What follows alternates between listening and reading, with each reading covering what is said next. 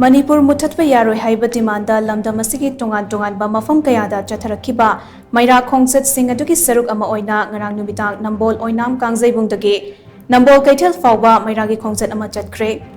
Khongchat aduda Manipur MUTHATPA YAROI Security Advisor amati DGP Lauto Kukizo Terrorist Sing Maitei Micham Miyamda Landarakpa Khudakta Lephalu Tampakta Combing Operation Tawba YAROI Khulngakpa Phaba YAROI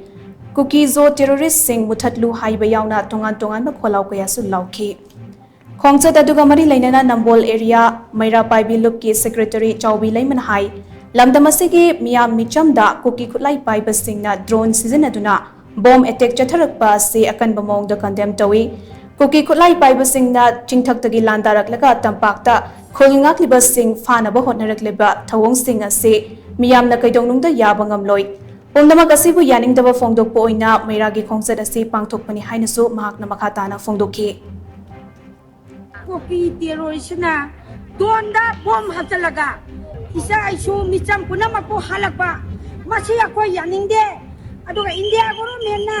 Manipur akoi giu tongana inthokpa Manipur se akoi kangani aduna akoi gi phangak chali bai sai su se